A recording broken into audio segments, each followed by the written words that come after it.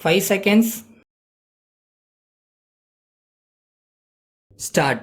மாநில சட்டப்பேரவையில் ஓர் உறுப்பினர் பேசியதாவது: மாண்புமிகு துணைத் தலைவர் அவர்களே, மாண்புமிகு நிதியமைச்சர் அவர்கள் அவை முன்பு சமர்ப்பித்துள்ள வரவு செலவு திட்டத்தை நான் மனப்பூர்வமாக வரவேற்கிறேன்.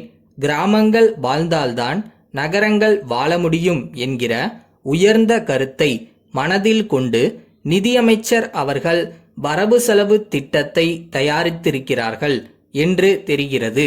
கிராம மக்களுடைய வாழ்க்கை தரத்தை உயர்த்த வேண்டும், அவர்களுடைய வாழ்க்கை முன்னேற வேண்டும், அதற்கு வழிவகைகளை செய்ய வேண்டும் என்ற கருத்தை இத்திட்டத்தில் புகுத்தி இருக்கிறார்கள். இதற்கு தலைப்பு ஏழைகள் திட்டம் என்று கொடுத்திருக்கலாம். ஏனெனில் ஏழைகளுக்காக இத்திட்டம் தயாரிக்கப்பட்டிருக்கிறது. அதற்காக நான் நிதியமைச்சர் அவர்களை மனமாற பாராட்டுகிறேன்.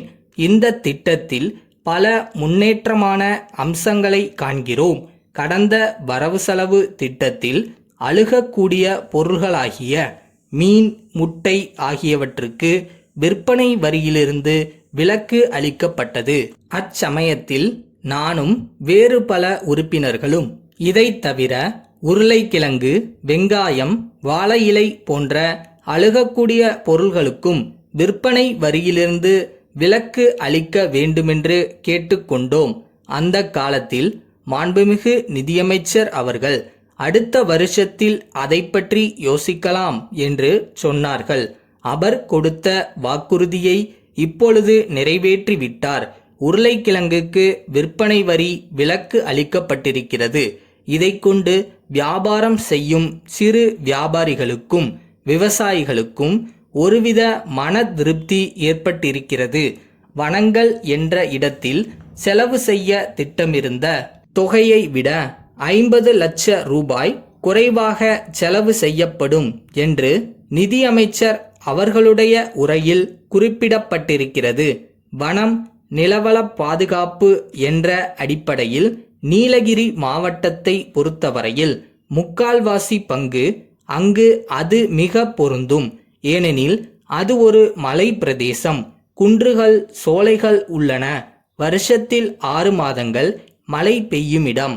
இதனால் நிலங்களில் மண் அரிப்பு ஏற்படும். அரித்த நிலங்களை பாதுகாக்க வேண்டியது அரசுடைய கடமையாகும். நில அரிப்பை முழுமையும் தடுக்க வேண்டுமென்றால் 1 ஏக்கர், 2 ஏக்கர், 5 ஏக்கர் வைத்திருக்கக்கூடிய ஏழைகளுக்கு நிதி உதவி கொடுத்தால் உடனடியாக பல பாகங்களிலிருந்தும் அந்த நிலத்தை அரிப்பிலிருந்து தடுத்துவிடலாம். இதில் அரசு முழு கவனம் செலுத்த வேண்டுமென்று நான் தாழ்மையோடு கேட்டுக்கொள்கிறேன். கல்வி விஷயமாக சொல்லும்போது 3ஆம் படிவம் வரையில் இலவச படிப்பு கொடுக்க வேண்டுமென்று அரசு இந்த வரவு செலவு திட்டத்தில் சொல்லியிருக்கிறது. இதை யாரும் மறுக்க முடியாது.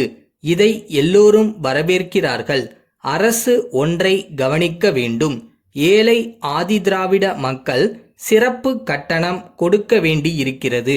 அதை அவர்கள் கொடுக்க முடியாத நிலைமையில் இருப்பதால் அந்த கட்டணம் வாங்காமலேயே அவர்களுக்கு கல்வி அளிக்க வேண்டுமென்று ஒரு உத்தரவு போட வேண்டும் என்று நான் தாழ்மையுடன் கேட்டுக்கொள்கிறேன். 500 ஜனத்தொகைக்கு மேற்பட்ட இடத்தில் பள்ளிக்கூடங்கள் திறக்க அரசு உத்தேசித்திருப்பது முன்னேற்றமான ஒரு காரியம்தான். நாட்டில் மக்களிடையே அறியாமை போவதற்கும் மக்களுக்கு கல்வியறிவு ஏற்படுவதற்கும் இது பெரிதும் உதவியாக இருக்கும் என்பதில் சந்தேகமில்லை. ஆண்டுக்கு 1000 கிராமங்களுக்கு மின்சாரம் நீட்டிக்கப்படும் என்று நிதியமைச்சருடைய உரையில் குறிப்பிடப்பட்டிருக்கிறது.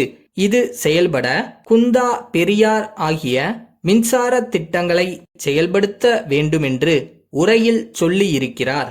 இன்றைக்கு குந்தா மின்சார திட்டத்தை தொடங்க வேண்டும் என்று மக்கள் கேட்டுக்கொண்டிருக்கிறார்கள். இது திட்டக்குழுவிற்கு அனுப்பப்பட்டிருக்கிறது என்று சொல்கிறார்கள்.